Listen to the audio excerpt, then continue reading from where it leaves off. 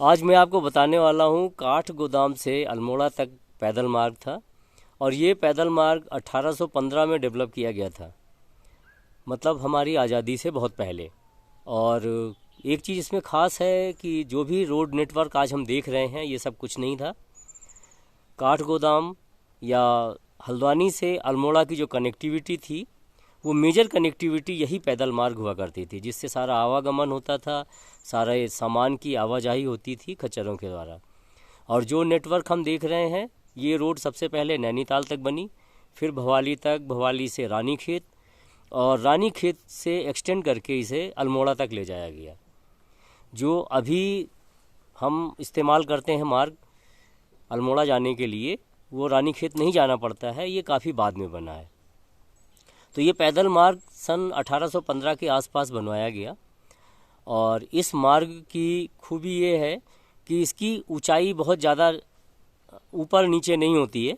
ऐसे रास्तों से ले जाए गए हैं कि बड़े बड़े कस्बे, शहर, गांव कवर हो जाएं और ज़्यादा इसको ऊंचा नीचा ना होना पड़े।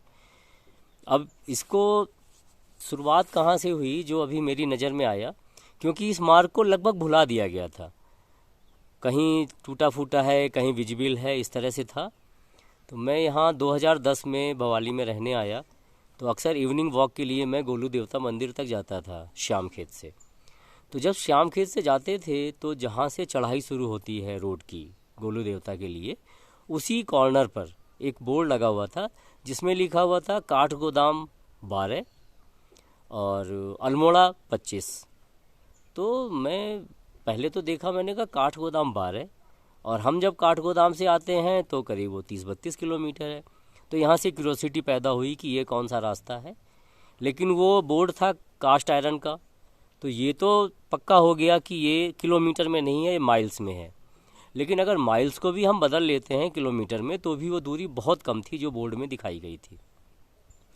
तो थोड़ा सा यहाँ से मुझे क्यूरोसिटी हुई कि कुछ ना कुछ ऐसा रास्ता है जो यूज होता था और इतना प्रोमिनेंट था कि उसके लिए माइल स्टोन लगाया गया। केवल एक वैसे ही कैजुअल पैदल मार्ग है, ग्रामीणों ने अपना रास्ता ढूंढ लिया है, वो अलग बात हुई। लेकिन अगर कहीं डिस्प्ले किया गया है बोर्ड, तो इसका मतलब ये रेवेन्यू रिकॉर्ड में भी है और आम लोगों के द्वारा यूज किया जाने वाला एक सरकारी रास्ता है, तभी वो माइल स्टोन लगा हुआ था। दूसरा, जो मैं यहाँ से अल्मोड़ा जाता था तो लगभग 55 किलोमीटर था। इसमें 25 को अगर हम कन्वर्ट करते हैं माइल्स को किलोमीटर में तो भी वो बहुत कम। तो पहली क्यूरोसिटी मुझे यहाँ से पैदा हुई। तो कभी कभी मैं दूसरा रूट भी लेता था इवनिंग वॉक के लिए। मैं टी गार्डन होते हुए और रामगढ़ रोड को छूते हुए नीचे उतरता था। तो जहाँ रामगढ़ रोड हमें टच करती है पैदल मार्ग से, जब हम जाते हैं टी गार्डन से, तो उसके थोड़ा पहले एक रास्ता डुगानी के लिए जाता था और कुर्ण के लिए। तो ऐसी क्यूरियोसिटी हुई कि ये रास्ता कहाँ जाता है, तो पता लगा ये तो कुर्ण गांव पे जाके ख़त्म हो जाता है। और ये जो डुगानी जाता है ये रास्ता ऊपर फिर मिल जाता है हमारे मेन रोड में जो रामगढ़ के लिए रोड जाती है। और यही रास्ता कभी पैदल मार्ग के रूप में अल्मोड़ा तक जाता था। तो ये हमें दो डॉट्स मिल गए जोड़ने के लिए। फिर मैं अक्सर रामगढ़ भी जाता था घूमते हुए। तो वहाँ पर एक सरकारी नर्सरी है महेश खान के पास, वहाँ पर भी एक बोर्ड लगा हुआ था, उसमें लिखा हुआ था अल्मोड़ा पैदल मार्ग। अब मुझे फिर लगा कि इसका मतलब हम, ये तीसरा डॉट था जो मुझे मिला, कि कहीं ना कहीं ये एक मार्ग था जिसके बीच बीच में चिन्ह अभी मौजूद हैं, और वहाँ एक रास्ता जाता हुआ भी दिखाई दिया मुझे।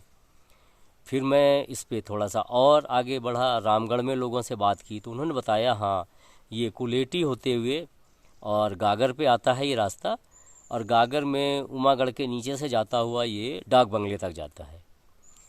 फिर क्या था, हम तो घूमते हुए डाक बंगले पर आ गए। डाक बंगले पर पता लगा कि रास्ता जो नीचे से आया है कुलेटी गागर होते हुए, वो रास्ता तल्ला रामगढ़ के लिए यहीं से उतर जाता है, और तल्ला रामगढ़ केवल 2.5 किलोमीटर है।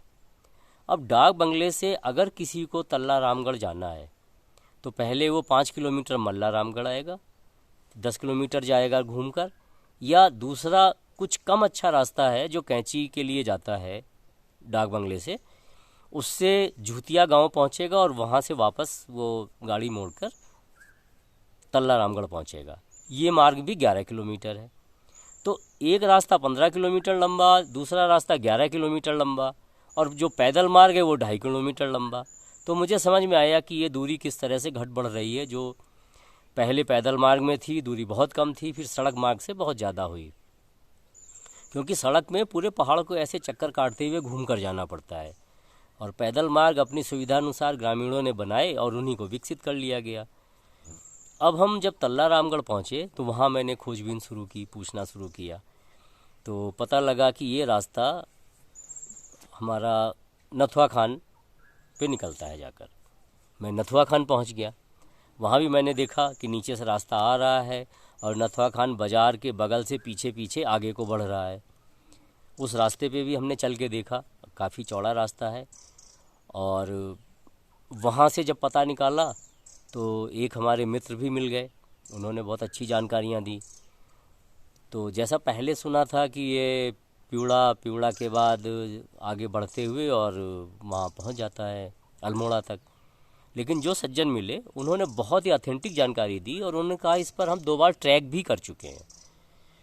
तो इस तरह ये सारे डॉट्स मुझे मिलते चले गए और इनको जब मैंने जोड़ा तो ये बहुत ही अच्छा रास्ता है। इसको अगर हम विकसित कर लेते हैं तो वंडरफुल ट्रैक होगा ट्रैकिंग के लिए, क्योंकि ये बार बार हमारे आज मौजूद स्टेट हाईवे, नेशनल हाईवे को बार बार क्रॉस करता है। तो वहाँ से सारा लॉजिस्टिक आना जाना सुविधाएं बड़ी आसान होंगी किसी भी ट्रैकर के लिए या इस तरह का कोई भी इंफ्रा डेवलप करने के लिए। तो बहुत ही अच्छा रास्ता है। और जिस समय मैं ये वीडियो बना रहा हूँ अब भी मैं इस पैदल मार्ग के बगल में बैठकर बना रहा हूँ, क्योंकि इसी पैदल मार्ग पर तल्ला रामगढ़ और डाक बंगले के बीच में मैंने अपना घर बनाया है, अपना एक तरह से रिटायरमेंट होम या जीवन के बाकी दिन काटने के लिए। तो जो घर बनाया है वो इसी मार्ग पर स्थित है। और जब मेरे यहाँ कुछ कारीगर मजदूर काम करने आए थे तो उन्होंने भी इसकी बड़ी अच्छी जानकारी दी मुझे। तो इस तरह से पूरा विश्वास जम गया कि नहीं, ये मार्ग था और आज भी ये कहीं कहीं प्रचलन में है, यूज किया जा सकता है। तो इसको अगर सरकार ध्यान देती है, कुछ इस पर डेवलपमेंट करती है तो एक बहुत ही अच्छा कदम होगा ट्रैकिंग के लिए, बहुत ही अच्छा इको टूरिज़्म के लिए बहुत ही अच्छा होगा।